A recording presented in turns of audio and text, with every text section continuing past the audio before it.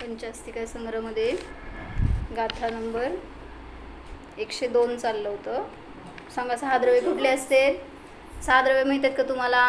सांगा कुठले कुठले? जीव, उद्गल, धर्म, आकाशद्रव्य आणि कालद्रव्य. एवढं चांगलं लक्षात येते, आपल्याला समजतंय सगळं म्हणल्यावर. किती छान कल्याण करून घ्यायला पाहिजे मावशी आपण. मग त्यामध्ये आपल्याला काय समजून फायदा आहे? 6 द्रव्य आहेत, त्यात मी कोण आहे हे समजून घ्यायचं. तुम्ही कोण आहे? जीव आहे. कशावरून जीव आहे? कशावरून तुम्ही जीव आहे? कारण आपल्यामध्ये जाणण्याची शक्ती आहे. हे शरीर कोण आहे? उद्गल आहे. का? कारण त्याच्यामध्ये शक्ती नाही आहे जाणण्याची. मग आता त्रास कोणाला झाला? जीवाला झाला का पुद्गलाला झाला? शरीराला त्रास झाला का जीवाला झाला? आपण काय करतोय? हे शरीर म्हणजे मी. मग ह्याला त्रास झाला की मला त्रास झाला, ह्याला सुख झालं की मला सुख झालं, हे आपली मान्यता असते. म्हणून आपल्याला अजून जास्त त्याच्याशी एकत्व असतं, ते आपल्याला त्रास देतं. म्हणून मी ह्याच्यापासून वेगळा जाणणार आहे. खायला कोणाला लागतं सांगा? जीवाला लागतं का पुद्गलाला? पुद्गलाला. आता तिथं मेलेली बॉडी असते, ते खाती का? मग कोणाला पाहिजे असतं? जीवाला का पुद्गलाला?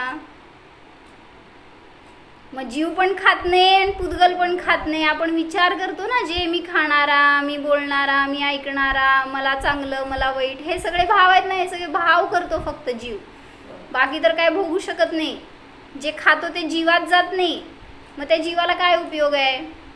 मग ते तेवढ्या फक्त एका थाळीतनं दुसऱ्या थाळीत ठेवलं, त्यामध्ये जीवाने आनंद मानला. हे पोट म्हणजे काय आहे? एक पुद्गलाचं थाळीच आहे. मग त्या थाळीतनं फक्त उचलून या थाळीत ठेवलं, आपल्याला फार आनंद झाला. का? म्हणजे एका काय त्याचा संबंध नाही आहे आपल्या आणि त्या शरीराचा सुद्धा. मग त्याच्यासाठी आपण किती क्लेश करतो, किती कशाय करतो. मग त्याच्याने आपल्याला दुर्गतीचा बंद होतो. एवढं समजून घ्यायचं आपण. आपल्याला बरं माझं ऐका की माझं ऐका. आता माझं ऐका, मी ऐकलं की तुमचं. आता हो, माझं आहे सांगाले. आपल्याला कशाय का होते? त्या बाहेरच्या कोणामुळं कशाय होत नसते. आपण स्वतःला कशाही बनवतो म्हणून कशाय होत असते. आता मुलांनी आणि मुलींनी समजा तुमच्या काय मुलगा आणि सून, त्यांच्यामध्ये वाद चाललाय. तुम्ही काय करणार? कोणाला शांत करणार, कोणाला बाजू घेणार? त्यांचा वाद चालू असताना सून चांगली असते का वाईट असते? मुलगा चांगला असतो का वाईट असतो? काय? मग असं असतंय आपलं. मग त्यांचे उदय ते भोगतायत, तसं आपला उदय आहे हा म्हणायचा. त्याच्यामध्ये ज्ञाताद्रष्टा राहायचा प्रयत्न करायचं. मंदिरात दर्शन केलं ना आज तुम्ही, मग काय वाटलं भगवंतांकडे बघितल्यावर? मग तिथं गेल्यावर प्रतिक्रमण करायचं आपल्या परिणामांचं. कधी आपल्याला असं उदय आलेला असतो, कधी आपण क्लेश केले, त्रास झाला, त्याच्याबद्दल क्षमा करा हे भगवान. तुम्ही कसे आहेत तसं मला राहायचं आहे. तुमचं भाग्य म्हणून तुम्हाला जिनधर्म मिळाला आहे, जिनकुळ मिळालं, हे सगळे जिनलोकी मिळाले, संयोग मिळाला आहे. असा काय ऐरागेराला कोणाला मिळत नसतं. मग सानिध्य मिळाले तर त्याचा फायदा करून घ्यायचा आपण. बाहेर कुणाच्या घरात गेला तर सांगणार का कोण तुम्हाला जीव काय, पुद्गल काय, याला जाणायचं असतं, तुम्ही पण सुखवान आहात, हे कोण सांगणार आहे तुम्हाला? आपल्याला ह्या घरात मिळालं आहे आश्रय म्हणून आपल्याला सगळं मिळतं आहे ऐकायला करायला.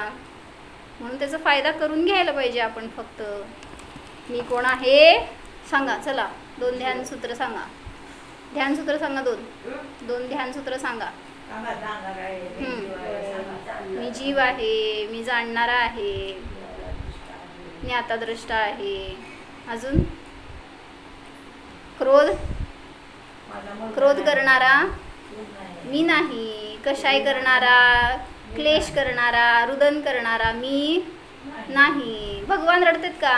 भगवान हसतात का? भगवंतांना क्रोध होतो का? अहो त्या मुनींवर इतके भयंकर उपसर्ग असतात. त्यांना येऊन लोक किती नावं ठेवतील, किती त्यांना त्रास देतील, तरी मुनी हसत असतात, तरी मुनी आनंद भोगतात. मग आपण का नाही भोगायचा? आपल्याला उदय आले ते सोडून द्यायचे त्याचे तेव्हा. उदय येऊन निघून गेला तेव्हा. आपण त्याचा ज्ञाताद्रष्टा आहे हे समजून घ्यायचं. ज्ञाताद्रष्टा म्हणलात तुम्ही, काय शब्दाचा अर्थ? काय अर्थ त्या शब्दाचा? ज्ञाता म्हणजे जाणणारा. मग जाणणारा म्हणजे काय असतं? जाणणारा असतो तो बोलणारा असतो का? जाणणारा असतो तो ऐकणारा असतो का? मग तुम्ही का बोलला, तुम्ही का ऐकला? तुम्ही तर जाणणार आहेत म्हटल्यावर आपण त्या जाणणाऱ्याला जाणायचं. तुम्हाला ऐकायला मिळते रोज, बाकीच्यांना ऐकायला मिळत नाही, त्यामुळे त्यांना ज्ञान कमी आहे म्हणायचं, आपल्याला जास्त आहे म्हणायचं उलट त्यांच्यापेक्षा. आपण आपल्या स्वतःला सांभाळायचं आहे, आपल्याला सुखी बनवायचं आहे, दुसऱ्याला नाही. आपण दुसऱ्याला सुखी पण बनवू शकत नाही आणि दुःखी पण नाही, आणि आपल्याला पण कोण सुखी आणि दुःखी बनवू शकत नाही. म्हणून स्वतःला जेवढं स्थिर ठेवणार, ज्ञाता ठेवणार तेवढं चांगलं आहे. आणि कशाय करणार तर त्याचं फळ मलाच भोगावं लागणार परत. आपलं भविष्य चांगलं राहावं तर निष्कषाय राहायचं, ज्ञाताद्रष्टा राहायचं. माळ करायचं, चला बसा, म्हणजे आपले कशाय शांत होते. घ्या. चला, काय चाललं होतं आपलं? कालद्रव्य, द्रव्य पण आहे आणि पर्याय पण आहे. म्हणजे त्याची दोन नावं काय दिली होती? द्रव्य समय आणि पर्याय समय अशी दोन नावं दिली होती ना. त्यालाच आपण काय दोन रूप बघितलो, निश्चय काल आणि व्यवहार काल. अजून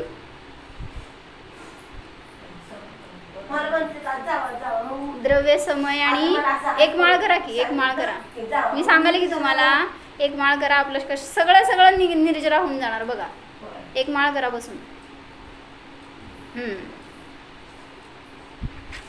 तर द्रव्य काल, पर्याय काल म्हणा, द्रव्य समय, पर्याय समय म्हणा, किंवा निश्चय काल आणि व्यवहार काल म्हणा.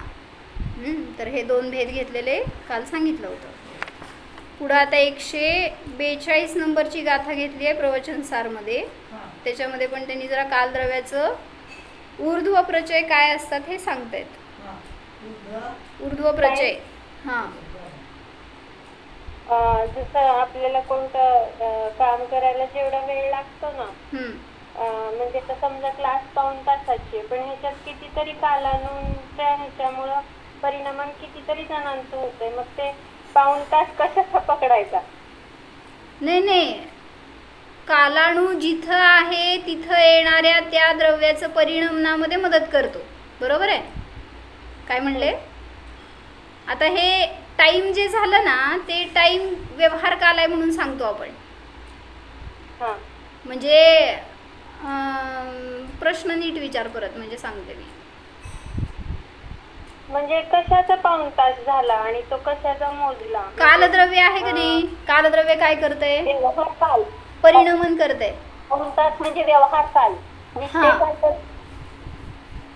मग तेच की, मग कालद्रव्य तर फक्त परिणमन करणार आहे, हलत पण नाही एका जागेवरून. त्यामुळे ते कोणाचं आणि कुठलं असं नाही आहे. जे कालद्रव्याचं परिणमन चालू आहे त्याच्या निमित्तात तुम्ही मोजताय घडी, घंटा, मिनिट वगैरे. मग आता प्रत्येकाच्या जवळ काळ आहे, म्हणजे हा जो काळ चालू आहे तो प्रत्येकाच्या अपेक्षेने आहे. म्हणजे तुमचा काळ आता काय तिथल्या कालाणूंच्या निमित्तात परिणमन झालं. आता इथं माझ्याजवळ आहे ते इथल्या कालाणूंच्या निमित्तात माझं परिणमन चालू आहे. म्हणजे वर्तन आहे तू वेगळा, आणि जे काही टाईम वगैरे मोजता आहे त्याची पर्याय आहे. मग परिणमन जे चालू आहे ते मोजलं कशात गेलं तर हे सगळे युनिट आहेत त्याचे. आणि वर्तना म्हणताना परिणमन झालं हे एवढं फक्त दाखवलं गेलं.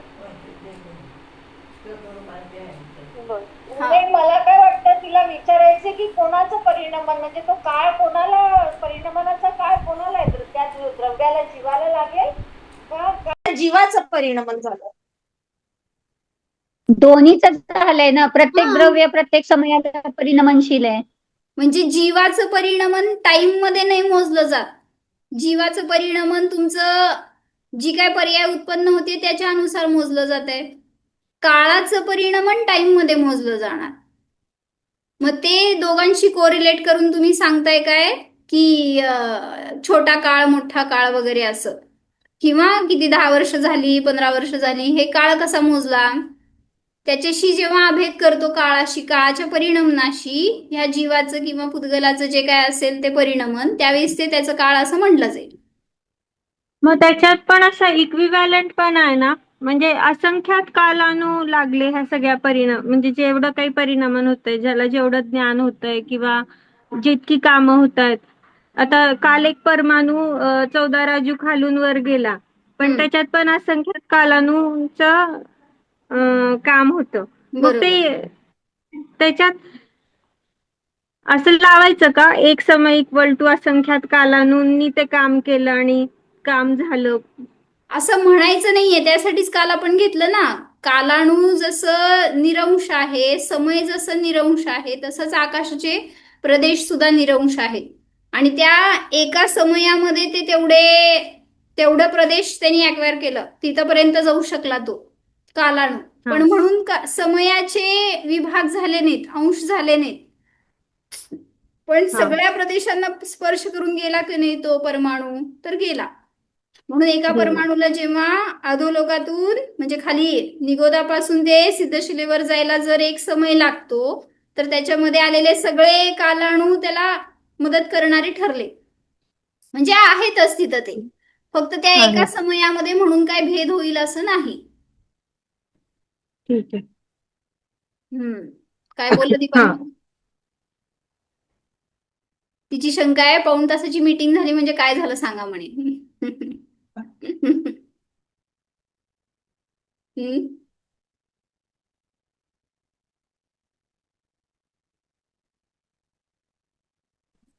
एक असं पण येतं ना की नोटेचं बंडल आपण पिन केलं, स्टेपलर लावतोय मशीन मध्ये ऑटोमॅटिकली, तर ते एका ह्याच्यात होतं, पटकन सगळ्याला टच करून ते बंडल तयार होत आहे. म्हणजे सगळीकडे होल सगळीकडे होते. मग त्या हिशोबाने पण घेतलं होतं की तसं म्हणजे ते टच करून गेलं जसं म्हणलं ना ह्यांनी पण वर्णिजींनी दिलंय की असं कागदांचा गठ्ठा आहे आणि त्यामध्ये तुम्ही सुई घातली तर ती एकदम सुई टोचली गेली असं दिसतंय तुम्हाला, पण झालंय तर स्टेप वाईज क्रमानेच झालंय. एक एक एक पेपरला होल करतच ते पुढे चाललंय. मग तसं कालाणू सुद्धा, तो परमाणू सुद्धा सगळ्या कालाणूंना स्पर्श करतच वर गेलाय, पण तरी सुद्धा त्याला किती वेळ लागलाय? एक समयच लागलाय. म्हणजे परमाणूचं परिणमन झालं तिथं पण कालाणूचं मदत आहे, आणि जे काही त्याला लागलेला वेळ आहे ते कालाणूची पर्याय आहे, असं त्याच्यामध्ये खुलासा केला जरासं.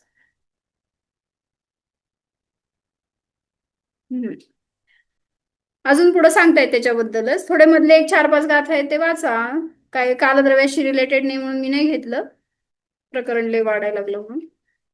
पण तुम्ही वाचलं तर समजेल काळाचं समय काय आहेत आणि आकाशाचे प्रदेश कसे असतात वगैरे, हे त्यांनी सगळं खुलासा केलाय त्याच्यात. 142 नंबरची गाथा आहे प्रवचनसारची, त्याच्यामध्ये सांगतायत, अब काल पदार्थ का ऊर्ध्व प्रचय निरन्वय है, यानी एक प्रवाह रूप न होने वाला, अन्वय रहित, खंडित, एक रूपता सदृशता से रहित काल पदार्थाचं ऊर्ध्व प्रचय म्हणजे आता काय म्हणायचं, त्याची पर्यायांची रचना निरन्वय आहे असं सांगतात. हा काय सांगते बघू वाचून. यह काल का एक समय में उत्पाद और विनाश पाया जाता है, तो वह भी काल स्वभाव में अवस्थित अर्थात ध्रुव है. समय काल पदार्थ का वृत्यांश है, बरोबर, म्हणजे सगळ्यात शेवटचा अंश आहे. काळाचं परिणमन जे आहे ते अति सूक्ष्म सूक्ष्मातिसूक्ष्म पर्याय म्हणजे समय आहे, म्हणून त्याला वृत्यांश म्हणलं, वृत्तीचं लास्ट अंश. उसमें किसी के भी अवश्य उत्पाद तथा विनाश संभवित है, क्योंकि परमाणु के अतिक्रमण के द्वारा समय रूपी वृत्यांश उत्पन्न होता है. परमाणूचं जेव्हा एका प्रदेशावरून दुसऱ्या प्रदेशावर अतिक्रमण झालं म्हणजे काय त्यांनी उल्लंघन केलं तर समय निर्माण झाला. इसलिए वह कारण पूर्वक है, यानी परमाणु के द्वारा एक आकाश प्रदेश का मंद गति से उल्लंघन करना वह कारण है, और समय रूपी वृत्यांश उस कारण का कार्य है. इसलिए उसमें किसी पदार्थ के उत्पाद तथा विनाश होते होना चाहिए. म्हणजे एक कारण आहे आणि एक कार्य आहे. आता हे उच्चाराने सांगतायत, एका द्रव्यात नाही. परमाणू एका प्रदेशावरून दुसऱ्या प्रदेशावर गेला आहे कारण, आणि त्यावेळेस उत्पन्न काय झालं? समय. मग समय जे उत्पन्न झालं ती कोणाची पर्याय? काळाची पर्याय. आणि परमाणूंनी उल्लंघन केलं हे कारण परमाणूचं कारण आहे. त्यामुळे त्या परमाणूचं म्हणजे पुद्गलाचं आणि कालाचं काही संबंध नाही आहे ऍक्च्युली, पण असं कारण कार्य सुद्धा आपण दाखवतोय, उपचाराने सांगतायत. परमाणूंनी अतिक्रमण केलं तर ते कारण झालं, आणि समयरूपी वृत्यांश जे काय उत्पन्न झालं ते कार्य आहे. इसलिए उसमें किसी पदार्थ के उत्पाद तथा विनाश होता है. म्हणजे एकाचा उत्पाद झाला, एकाचा विनाश झाला. कोणाचा झाला? हम्म. पर्याय उत्पन्न होती. पर्याय उत्पन्न होती. हा ना, एक पर्याय नष्ट झाली, एक पर्याय उत्पन्न झाली आहे. ती कोणाची कसली हे सांगतायत पुढं. किसी पदार्थ के उत्पाद विनाश होने की क्या आवश्यकता है. कशासाठी इथं काय उत्पाद विनाश होणार सांगा बुद्धीने. म्हणजे समय उत्पन्न झाला, एक परमाणू दुसरीकडं उल्लंघन करून गेला प्रदेशाला. कोणाचा उत्पाद आणि कोणाचा व्यय? दोघांचाही. हा, काय उत्पाद झाला आणि काय व्यय झाला? पुढच्या ह्याच्यात गेला ती पर्याय उत्पन्न झाली, मागची व्यय झाली. हा, म्हणजे पूर्व त्या प्रदेशावर होता परमाणू, तिथून दुसऱ्या प्रदेशावर गेला तर ती त्या प्रदेशावर असण्याची पर्याय व्यय झाली, पुढच्या प्रदेशावर असण्याची पर्याय उत्पन्न झाली. मग जो पूर्व समय होता तो व्यय झाला, आता नवीन समय उत्पन्न झाला. म्हणजे दोन्हीकडे पण हा पर्यायाची उत्पत्तीच की, उत्पत्ती आणि विनाशच दाखवायचे ऊर्ध्व प्रचय. म्हणजे इथं वाचते मी अजून. ते कालाचं झालं ना, कालाचं उत्पाद आणि कालाचंच वय. कारण की परमाणू तो एका ह्याच्यावरनं तो सेम परमाणू इकडून एका कालानुवरनं दुसऱ्या कालानुवर गेला. मग तर त्याचं परमाणूमध्ये काही झालं नाही नाही का? झालं. परमाणूमध्ये परिणमन झालं नाही का? मागच्या पर्यायचा व्यय झाला नाही का परमाणूच्या? परमाणू त्या प्रदेशावर नवीन होता कुठे ना? परमाणू परमाणू त्या प्रदेशावर होता, तो या प्रदेशावर आला. पर्याय बदलली की नाही? हा, म्हणजे ह्या पहिल्या कालाणूच्या ठिकाणी त्याचा अभाव आहे म्हणून तो वय म्हणू शकतो, आणि दुसऱ्या कालाणूमध्ये ते जी अस्ती आहे म्हणून ते उत्पाद म्हणू शकतो. हा, आता तुम्ही कसं अदृश्य बसलाय, आता व्हिडिओ चालू केला की दृश्यमान होणार. म्हणजे काय झाली हो, पर्याय बदलणार की नाही? कालच तुम्ही दृश्यमान होणार होता, अदृश्यच राहिलंय. निखिलीताई. तर सांगतायत किसी पदार्थ के उत्पाद विनाश होने की क्या आवश्यकता है, उसके स्थान पर उस वृत्यांश को ही उत्पाद विनाश होते मान ले तो क्या आपत्ति है. तो इस तर्क का समाधान करते हैं. यदि उत्पाद और विनाश वृत्यांश के ही माने जाए तो, म्हणजे पर्यायाचा उत्पाद आणि विनाश होतो असं मानलं, म्हणजे असा प्रश्न केलाय, तर वे उत्पाद विनाश युगपत होते हैं या क्रमशः होते हैं? युगपत कहा जाए तो युगपतपना घटित नहीं होता, क्योंकि एक ही समय एक के दो विरोधी धर्म नहीं होते. एकाच समयामध्ये एक ही समय एक के दो विरोधी धर्म नहीं होते. यानी एक ही समय एक वृत्यांश के प्रकाश और अंधकार की भांति उत्पाद और विनाश दो विरुद्ध धर्म नहीं होते. एकाच पर्यायामध्ये उत्पाद आणि विनाश नसतो असं सांगायचं त्यांना. उत्पाद कोणाचा झाला, विनाश कोणाचा झाला? नवीन पर्यायाचा उत्पाद झाला म्हणताय ना, आणि पूर्व पर्यायाचा व्यय झाला. मग हे त्या द्रव्यामध्ये घटलं हे सांगायचंय. त्यावेळेस एक पर्याय उत्पन्न झाली, एक पर्याय नष्ट झाली. एकाच पर्यायामध्ये होते असं नाहीये उत्पाद आणि विनाश. काय कळलं? आलं लक्षात. पर्याय बदलली ना, पर्याय समयवरती आहे, पर्याय बदललीच की. मग त्यांनी म्हणत आहेत की युगपत होतो का उत्पाद विनाश, म्हणजे वे उत्पाद विनाश युगपत होते हैं या क्रमशः होते हैं. युगपत कहा जाए तो घटित नहीं होता, क्योंकि एक के दो विरोधी धर्म एक समय में नहीं होते. दूसरा पण पक्ष आहे का समजेल.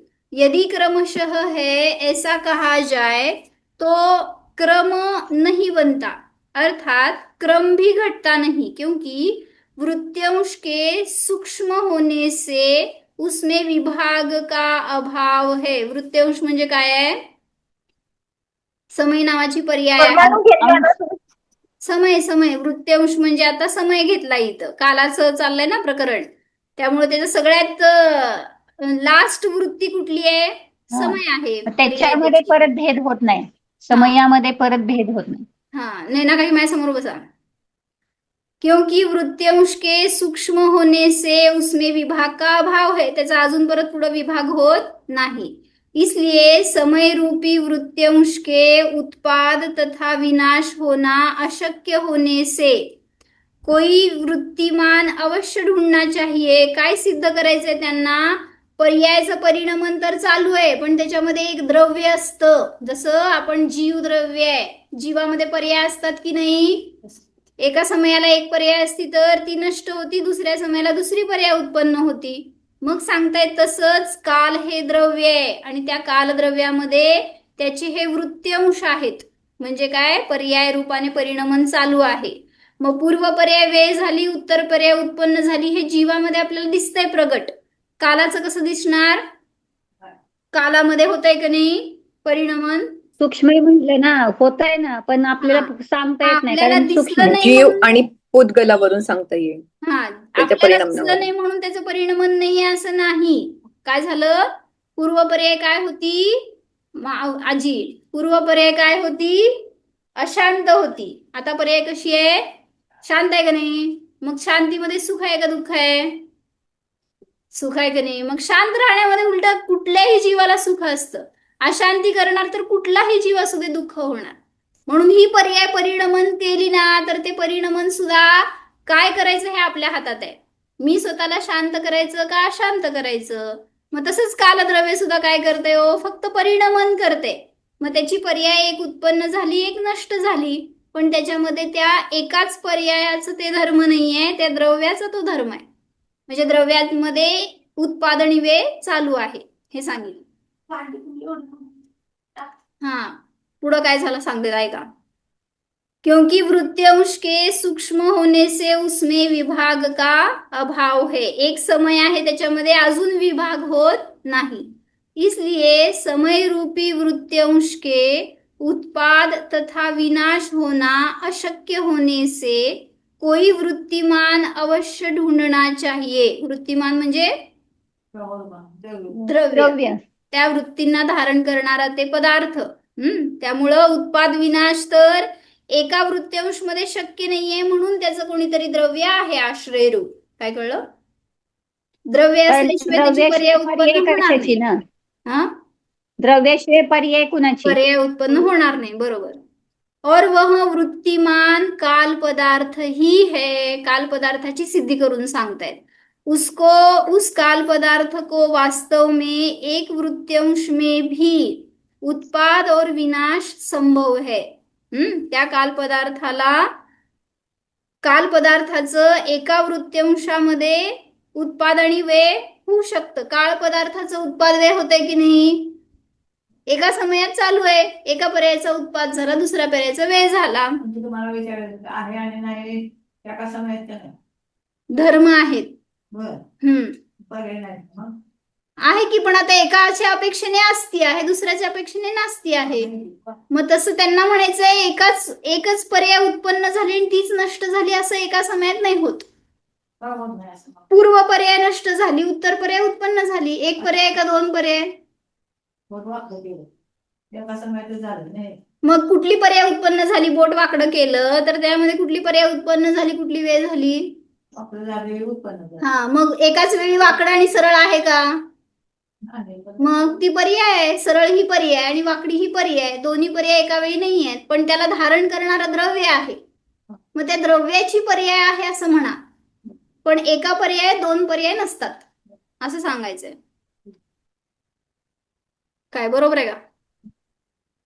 सगळं ऐकताय मी काय सांगाल ते तुम्ही? नाही नाही, बरोबर आहे की. एका पर्यायाचे दोन घटना कशा? एका पर्यायात एकच हे घडणार काहीतरी. हा, पण एका समयामध्ये दोन्ही असू शकतो, उत्पाद आणि वय. एका समयात उत्पाद आणि व्यय होते, पण कोणाचा उत्पाद होते त्याचाच व्यय होते असं नाही. एकाचा व्यय झाला, दुसऱ्याचा उत्पाद झाला असं. वह उस काल पदार्थ को वास्तव में एक वृत्यांश में भी उत्पाद और विनाश संभव है, क्योंकि जिस वृत्तिमान के जिस वृत्यांश में उस वृत्यांश की अपेक्षा जो उत्पाद है वही उत्पाद उसी वृत्तिमान के उसी वृत्यांश में पूर्व वृत्यांश की अपेक्षा विनाश है. आता हे कालद्रव्य आहे समजा, या कालद्रव्यामध्ये ही पर्याय उत्पन्न झाली सरळ असलेली, आणि ही पर्याय वेळ झाली होती, पूर्व पर्याय. मग त्यांनी काय सांगतायत की पूर्व वृत्त्यंशाचा विनाश झाला, म्हणजे या पर्यायाचा विनाश झाला आणि उत्तर वृत्त्यंशाचा उत्पाद झाला. एवढंच आहे ते शब्द, त्याचे कालाच्या अपेक्षेने त्यांनी वापरलेत म्हणून जरा कन्फ्युज होत आहे. एक पर्याय उत्पन्न झाली, दुसरी पर्याय वेळ झाली, तर त्याच्यामध्ये एक वृत्तिमान असणारा ते द्रव्य आहे. अर्थात काल पदार्थ को जिस वर्तमान पर्याय की अपेक्षा से उत्पाद है वही पूर्व पर्याय की अपेक्षा से विनाश है. जेव्हा त्या काल पदार्थाला तुम्ही अभेद करणार ना, कळलं का काय सांगायचंय? म्हणजे आता कुठला नाही सांगा, काल पदार्थाचा उत्पाद झाला, काल पदार्थाचा नाश झाला. कुठल्या न्यायाने सांगितलं? उपचारी सद्भूत. उपचारी सद्भूत. अभेदोपचार म्हणा. अभेदोपचारामध्ये काय करतो आपण? पर्यायाशी अभेद करून कथन करतो त्याचं. पर्यायशी अभेद. हा, मग त्यामुळं काळ पदार्थाचाच उत्पाद झाला आणि काळ पदार्थाचाच वेळ झाला असं सांगितलं जाईल. जसं जीव मनुष्य पर्यायात आहे, तर मनुष्याचा वेळ झाला आणि नाही तर जीवाचा वेळ झाला आणि जीवाचा उत्पाद झाला असं जेव्हा म्हणतात त्यावेळेस पर्यायाकडून अभेद करून द्रव्याचं कथन केलं. नाहीतर द्रव्य कधी उत्पन्न पण होत नाही, नष्ट पण होत नाही. म्हणून त्यांनी घेतलं वाक्य, काल पदार्थ को जिस वर्तमान पर्याय की अपेक्षा से उत्पाद है वही पूर्व पर्याय की अपेक्षा से विनाश है. म्हणजे काळ पदार्थाचा म्हणून उत्पाद आहे आणि विनाश आहे असं सांगितलं जाईल जेव्हा पर्यायाकडून पाहणार त्यावेळेस. नाहीतर द्रव्य तर कॉन्स्टंट आहे, हे समजून काय फायदा सांगा? आहेच की. म्हणून तर म्हटलं की मग एका पर्यायाचा वेळ आणि एका पर्यायाचं उत्पाद हे द्रव्यात आहे युगपत. एका पर्यायामध्ये दोन गोष्टी नाही आहेत. पण एका द्रव्यात आहे का? तर आहे. काय सांगा फायदा? नवीन पर्याय उत्पन्न झाले की आपण आनंद मानतो आणि वेळ झाली की दुःख मानतो. पण हे उत्पाद वे पर्याय चाले मी तर शाश्वत आहे, शाश्वततेकडे लक्ष राहत नाही, त्यामुळे निरंतर दुःखी आनंदी होतो. बरोबर. म्हणजे उत्पाद वेळ तर माझ्यामध्ये सतत चालू आहे, पण तो उत्पाद कोणाचा आहे आणि वेळ कोणाचा आहे? पर्याय ते. हा, म्हणजे पर्याय पण उत्पन्न नष्ट द्रव्य होतीये, शाश्वत आहे पण तिकडे बघितलं. त्याला मी जाणणार आहे फक्त, हे विसरतो. त्या उत्पन्न वेळेमुळे माझ्या अस्तित्वाला धक्का लागत नाही. हा, कुठलीही पर्याय असू दे, कितीही चांगली असू दे, कितीही वाईट असू दे, त्याच्यामुळं माझ्या द्रव्यामध्ये काही कमी जास्त होत नाही. द्रव्यामध्ये अशुद्धी येत नाही. भलेही तुम्ही निगोदी अवस्थेमध्ये असाल किंवा त्या सर्वार्थ सिद्धीच्या देवांच्या अवस्थेमध्ये असाल, तरी सुद्धा ती पर्याय तुम्हाला न काही सुख देणारी आहे ना दुःख देणारी आहे. कुठल्या पर्यायात दुःख असतं? बायकोला सुख असतं का दुःख असतं? बायकोच्या पर्यायात, आईच्या पर्यायात. बाहेर बघितल्यावर दुःख आहे, द्रव्याकडे बघितल्यावर दुःख नाहीये, बाहेर बघितल्यावर दुःख आहे. म्हणून सांगतायत की पर्याय कुठली दुःख देणारी नसते. आपण त्या पर्यायात एकत्व करतो आणि ते पर्याय रूप मी आहे असं मानतो म्हणून दुःख होतंय. म्हणून दुःख कसं नष्ट होणार? पर्यायाकडे दृष्टी करू नका. पर्यायाचं स्वरूप म्हणजे माझं स्वरूप नाहीये. पर्याय आपण स्वतःला उत्पन्न करू दे. पर्याय जेव्हा आपण शुद्ध उत्पन्न करू, अनंत अवस्था किंवा सिद्ध अवस्था उत्पन्न करू. पर्याय उत्पन्न करणारा पण मी नाहीये. पर्याय त्याच्या योग्यतेने उत्पन्न होणार आहे. पुरुषार्थ करायचंय पर्यायात. कशाचा? कोणाला विषय बनवायचं एवढं फक्त निर्णय करून त्याला जाणण्याचा पुरुषार्थ करायचंय. तुम्ही पराला जाणणार तर अशुद्धीच राहणार, स्वला जाणणार तर शुद्ध पर्याय सहज उत्पन्न होते. जर असं म्हणलं की मला शुभाशुभाव न हो न हो न हो, कधी संपणार? शुद्ध पर्याय होऊ दे होऊ दे होऊ दे, जास्त होणार. जास्त होणार. म्हणलं ना निगोदी बनून जाऊ सिद्धशिलेवर. म्हणून कुणाला दूर करायचं नाहीये. तर जिथं आहे त्या अवस्थेमध्ये फक्त त्या अवस्थांनी रहित मी आहे हे जाणायचंय, तर तिथं शुद्ध पर्याय सहज उत्पन्न होते.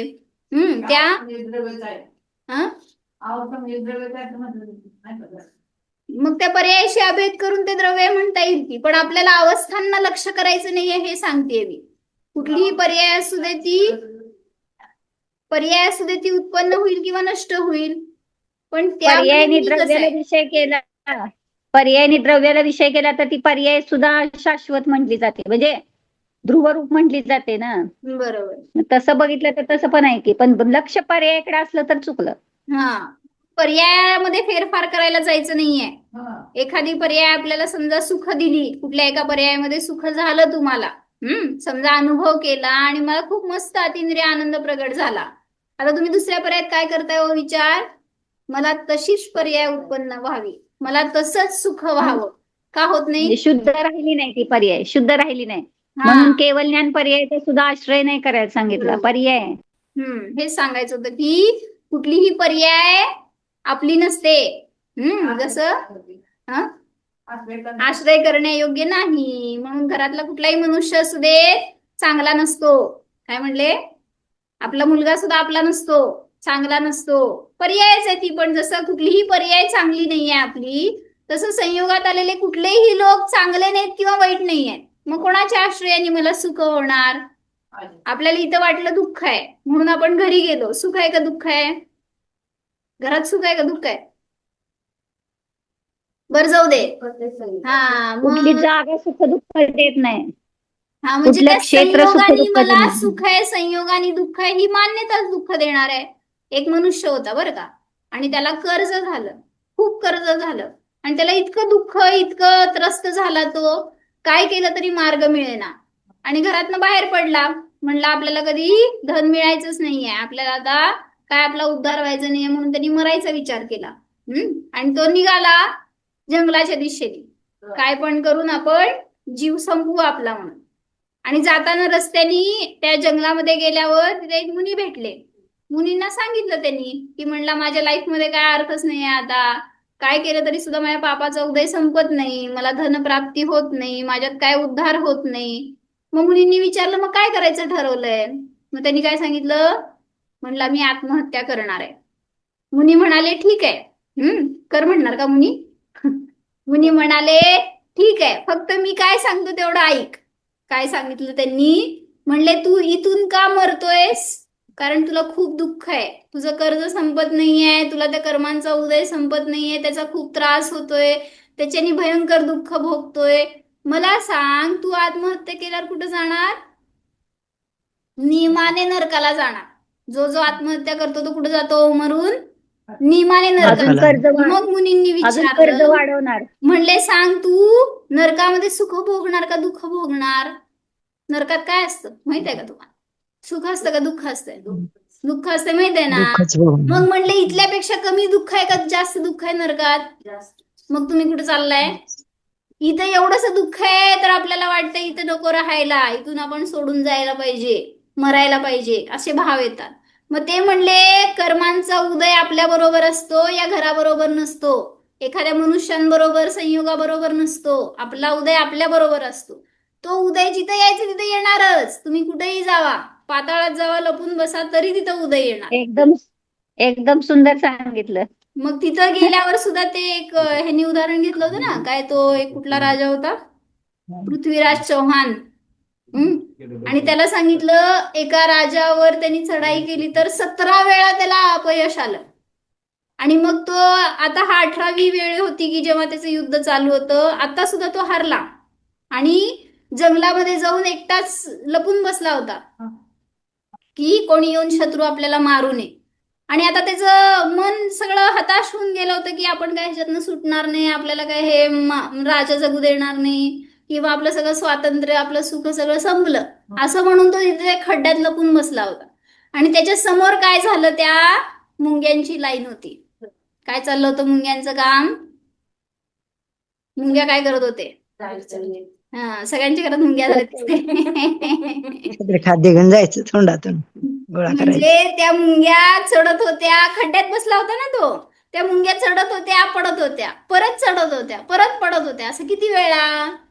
अनेक वेळा केलं तरी त्यांनी आपलं काम सोडलं नाही, ते वर चढायचाच प्रयत्न करत होते. मग त्यांच्याकडे बघून ह्याला काय बोध झाला, म्हणले ते इतकं सूक्ष्म असलं साधं जीव, ते एवढं पुरुषार्थ करतंय आणि मी काय केलं विचार, म्हणले मला हार आली तर मी पुढे नाही जगू शकणार, मला असा उदय भयंकर त्रास देतो, हे असला विचार करून मी स्वतःला अंडर एस्टिमेट करतोय. मग त्यांनी स्वतःला प्रोत्साहित केलं की ह्याच्या पुढं मी इतकं बळ लावून लढणार की जिंकणारच. आणि तिथून बाहेर पडला, पुन्हा आपलं सैन्य तयार केलं आणि पुन्हा जेव्हा त्यांनी चढाई केली तर सक्सेसफुल झाला. कशासाठी हो? कोण शिकवलं? कोण कधी काय शिकवेल सांगता येत नाही. पर्यायनी शिकवलं, यह बी बीत जाएगा. यह भी बीत जाएगा असं येते. म्हणून सगळे शिकवणारे असतात, आपल्याला शिकायला पाहिजे फक्त. काय म्हणताय? मोहम्मद गौरी त्याचं नाव. मोहम्मद गौरी गौरी Yes. गोरी गोरी गोरी घोरी. बर, नाही नाही त्याचं मला माहित नाही पण मी म्हणतो- काय त्याचं काय झालं? त्यांनी मुंग्यानं बघितलं होतं का? त्या दोघांचं पृथ्वीराज चव्हाण आणि त्याचं दोघांचं युद्ध झालं ते. बरं बरं, तो म्हणताय होय. बर, पृथ्वीराज चौहाननी त्या मोहम्मद घोरीशी युद्ध केलं हो. आणि मग तो त्याला परास्त करत होता सारखं. मुंग्या आल्या होत्या ना तिथं का नव्हत्या? बरले, मला लक्षात नाही, असं काहीतरी वाचलं होतं फार वर्षाखाली. म्हणजे समजून काय घ्यायचंय त्याच्यातून की आपल्याला पण असे अनेक पर्याय उत्पन्न होतात ज्याच्यामध्ये आपल्याला आनंद वाटत नाही. पण ती पर्याय किती वेळ असती हो? क्षणिक असती, नष्ट होणार, दुसऱ्या समयाला बदलणार आहे ती पर्याय, नियमाने बदलणार. पण आपण जर त्या दुःखाला कॅरी फॉरवर्ड करत राहतो, काय मला किती दुःख आहे, किती दुःख आहे, किती दुःख आहे, असं तुम्ही 10 पर्यायात विचार करत बसल्यावर कधी सुखी होणार? म्हणून सांगतायत उत्पन्न झालेली पर्याय नष्ट होणार आहे, तर त्या पर्यायाला पर्याय रूप राहू दे. तुम्ही त्याच्यामध्ये जाणणारे ध्रुवरूप जीव आहात हे जाणा, तर आपल्याला सुख आहे. अजून काय घेतलंय सगळं उद्या बघू, चिंतन करा. प्रकाश आणि अंधकार मध्ये कसं उत्पादन करायचं एकाच वेळी होते नि ते. प्रकाश ही पण एक पर्याय आहे आणि अंधकार ही पण एक पर्याय आहे. कुठल्या द्रव्याची आहे? कुठल्या द्रव्याची? उद्गल द्रव्याची पर्याय आहे. मग एक पर्याय एका वेळी असणार का एक दोन पर्याय एका वेळी असणार? त्यामुळं पण ते एकाच वेळी होते नाही, अंधकार गेला की लगे प्रकाश येते, एकाच हा वेळी ना, होते. पण तिथं द्रव्य रूप जो आहे ना तो पुद्गल द्रव्य आहे. मग त्या पुद्गल द्रव्याची एका वेळी एकच पर्याय असते. मग जेव्हा प्रकाश उत्पन्न झाला तेव्हा अंधकार नष्ट झाला, जेव्हा अंधकार उत्पन्न झाला त्यावेळेस प्रकाश नाहीये असं समजून घ्या. आता ती ढोबळ पर्याय म्हणून तसं दिसतंय तुम्हाला, पण एका वेळेस एकच पर्याय असते. कुठलंही द्रव्य असू देत, कितीही त्याच्या पर्याय असू देत, एका वेळी एका गुणाची एकच पर्याय असते. हे समय आपल्याला लक्षात येत नसतं. हा, आणि ते समय आपल्याला लक्षात येत नाही, आपल्या पकडीत येत नाही, तो आपल्या ज्ञानाचा विषय नाही. म्हणून एवढं जाणा फक्त की पर्यायाचा स्वभाव उत्पन्न प्रध्वंसी. काय दो विरुद्ध धर्म नाही होते सांगितलेत ना. त्यांनी इथे सांगितलं की एक ही समय संपला एक टाइम? तृतीयांश के प्रकाश और अंधकार की भांति उत्पाद और विनाश दो विरुद्ध धर्म नहीं होते. म्हणजे त्यांनी प्रकाश आणि अंधकार आपण म्हणतो ना, युगपथ होते, ते छड्याला मध्ये पण आलंय ना.